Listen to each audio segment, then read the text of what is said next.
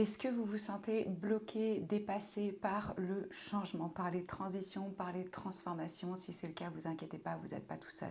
Mais laissez-moi vous dire une chose, c'est la résistance au changement qui fait qu'on stresse, qu'on souffre, que c'est difficile. Alors, pourquoi ne pas l'accueillir à bras ouverts? C'est ce qu'on va voir dans cette vidéo. Clairement, accepter le changement, ça peut être difficile, ça peut être accablant, ça peut faire peur, ça peut être stressant. Mais c'est la clé qui ouvre la voie à de nouvelles possibilités, à de nouvelles expériences et à la nouvelle version de soi. Je vais vous donner aujourd'hui 7 points, 7 clés qui peuvent vous aider justement dans ces moments de transition, dans ces moments de changement. Premier point, acceptation et résilience. Comme je vous disais, on résiste, ça persiste. Comment est-ce que je peux accepter fondamentalement, ici et maintenant, la situation dans laquelle je suis? Ça ne veut pas dire que vous l'approuvez, ça ne veut pas dire que vous êtes satisfait, que vous n'allez plus évoluer. Ça veut juste dire j'accepte ce qui est tel que c'est. Parce qu'à partir du moment où on rentre dans cette phase d'acceptation, c'est là où on peut modifier les choses. Quand on est dans la résistance, quand on n'accepte pas la situation, on n'est pas dans notre pouvoir, on ne peut pas changer. Et un point important pour rentrer dans l'acceptation et la résilience, c'est comprendre que la seule constance dans cette vie, c'est le changement. Ça fait partie fondamentalement de la vie, c'est une loi universelle. Tout est en constant mouvement, changement, même si on n'en a pas l'impression et qu'on s'accroche dans les moments où c'est bon, on voudrait que ça dure toujours. Mais il y a des hauts, il y a des bas, il y a des cycles, il y a des commencements, il y a des fins. Ça fait partie d'eux. Donc, je ne vais pas refuser une loi universelle, je vais faire avec. Entraînez-vous à accepter la situation telle qu'elle est dans le moment présent. Parce que c'est à partir de là que vous pouvez créer quelque chose de nouveau. Essayez de voir ça justement comme un potentiel pour explorer des nouveaux horizons, des nouvelles possibilités, des nouvelles facettes de vous-même, des nouvelles expériences, une occasion pour explorer. Le deuxième point, c'est honorer son âme. Si vous avez des désirs, des rêves, des choses en vous qui vous appellent, qui vous parlent, qui vous font vibrer, il y a une raison pour ça. Dieu, la source, l'univers, a mis cette graine en vous, ce désir, pour qu'il puisse être réalisé, pour qu'il puisse exister, pour que vous puissiez vivre réellement vos rêves. Donc comment est-ce que vous pouvez honorer les désirs de votre âme et les embrasser réellement? Sans porter de jugement, parce qu'on est tous uniques, on est tous différents. Donc réussir à s'honorer pleinement tel que l'on est. Et si vous avez un rêve, une passion, n'ayez pas peur de le poursuivre parce que vous êtes venu sur cette terre pour ça. Par contre, c'est clair que c'est important pour honorer justement ses désirs et ses rêves de se fixer des objectifs pour pouvoir rester motivé pendant ces périodes de changement. Donc moi, mon conseil, c'est vraiment commencer petit, des baby steps, des petites étapes, des petites actions que vous pouvez faire chaque jour qui vont dans la direction de ce à quoi vous aspirez, de la vision que vous avez pour vous-même et pour votre vie. C'est vraiment en changeant des petites choses chaque jour et en ayant une routine, en ayant une discipline que vous allez transformer qui vous êtes et ce que vous vivez.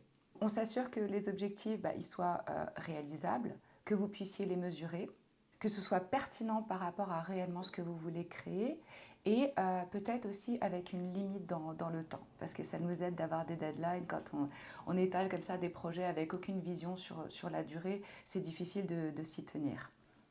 Point numéro 3, la réévaluation. Vous avez le droit de changer d'avis, c'est même un signe de croissance et d'expansion. Si on ne change pas d'avis, si on ne change pas d'opinion, ça veut dire qu'à un moment, on n'est pas en train d'ouvrir notre perception, d'avoir une nouvelle compréhension. Donc c'est bon signe, je dirais. Il est normal de douter, de se remettre en question. C'est vraiment une attitude qui est saine. Prenez le temps de réfléchir à vos sentiments, à vos pensées concernant le changement et identifiez les schémas de pensée ou les comportements négatifs qui vous empêchent justement d'avancer.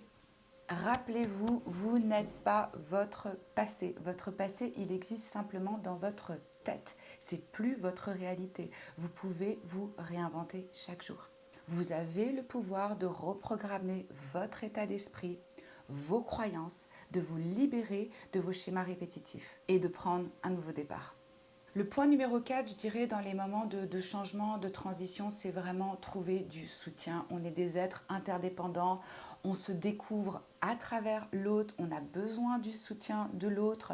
Donc que ce soit à travers vos proches, votre famille, des groupes de soutien, une communauté, un professionnel. Avoir un point de vue externe, ça aide énormément à clarifier ses pensées, à avoir un ping-pong d'idées, à se sentir vu, à se sentir reconnu. Et clairement, on a tous besoin de quelqu'un sur qui on peut s'appuyer. N'ayez pas peur de demander de l'aide et d'acquérir une nouvelle perspective sur votre situation. Vous n'êtes pas seul. Mon point numéro 5, c'est prendre soin de soi, self-love, self-care, essentiel. Imaginez si vous pouviez savoir qu'il y aura toujours quelqu'un qui est là pour vous et qui vous aime inconditionnellement. Cette personne, c'est vous.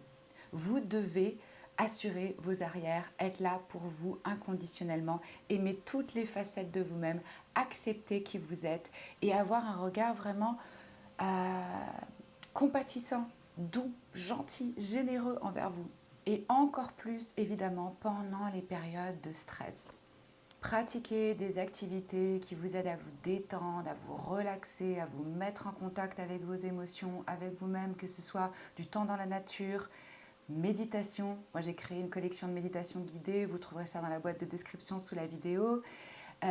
L'écriture, la musique, la danse, l'expression artistique. Faire de l'exercice, c'est pas pour avoir le super corps de l'été, c'est pour votre santé mentale. Vous devez bouger votre corps, bouger les énergies dans votre corps pour pouvoir les débloquer, pour pouvoir activer, pour pouvoir avoir des émotions qui soient élevées, comme la gratitude, la joie, l'amour, la compassion, la gentillesse, la tendresse. Donc ça doit bouger, on doit être actif, quoi, clairement. Si vous avez envie, vous pouvez télécharger gratuitement en vous inscrivant à ma newsletter mon challenge Self-Love, Self-Care sur un mois, un joli journal qui va vous aider à rentrer en contact avec vous-même et à développer la conscience de soi. C'est gratuit. Point numéro 6, choisissez votre état d'esprit. On a le contrôle sur nos pensées. On peut choisir ce à quoi on croit. Alors pourquoi ne pas croire que tout ce qui se passe dans votre vie, c'est pour votre plus grand bien? Moi, je vis vraiment avec la croyance de si c'est pas dans ma vie, c'est que ça n'a pas sa place. Même si moi, avec ma perception, là où j'en suis aujourd'hui, je peux penser le contraire, mais je fais confiance au plan divin et je sais qu'on met sur ma route les personnes, les situations, les événements dont j'ai exactement besoin pour pouvoir me sublimer, m'élever. Essayez de vivre avec la conviction profonde que tout ce qui se passe, c'est dans votre intérêt. Et ce qui quitte votre vie, c'est parce que c'est pas censé y être. Point numéro 7, on stoppe la comparaison. C'est vraiment la source de souffrance, quoi.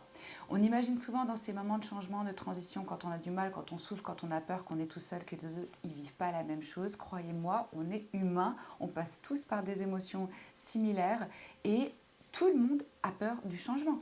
C'est juste dans notre nature humaine de trouver ça inconfortable, de ne pas avoir envie de sortir de sa zone de confort. Et on regarde les autres et on se dit « Ah non, mais pour eux, c'est facile, ils ont confiance en eux, ils ont plus d'expérience, ils sont plus ci, ils sont plus ça. » Vous comparer avec d'autres personnes ne va pas vous aider, ne va pas vous soutenir. Gardez vraiment à l'esprit que chaque parcours est absolument unique et que au niveau de cette personne, dans son chemin, c'est un challenge pour l'autre aussi. Je récapitule comment accueillir le changement. On accepte, premièrement. Après, on honore vraiment nos désirs, nos besoins, ce qui nous fait vibrer.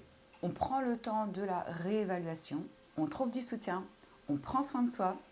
On check son mindset, son état d'esprit, comment est-ce qu'on voit les choses, l'histoire qu'on se raconte, le sens qu'on donne aux choses et à nos expériences, évidemment.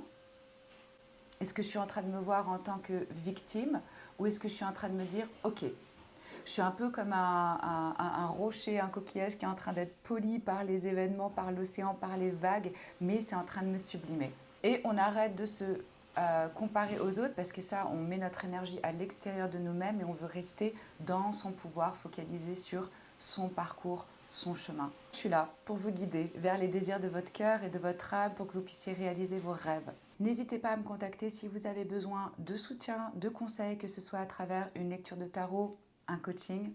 J'espère que vous avez apprécié cette vidéo, que ça a pu vous être utile. Si c'est le cas et que vous voulez montrer votre amour, votre soutien, n'oubliez pas de liker et de partager avec vos proches. Et si vous voulez plus de contenu comme ça, vous pouvez vous abonner à la chaîne, activer la petite cloche pour être prévenu quand je poste de nouvelles vidéos. Ensemble, répandons plus d'amour et de lumière. Je vous embrasse. À très vite. Ciao.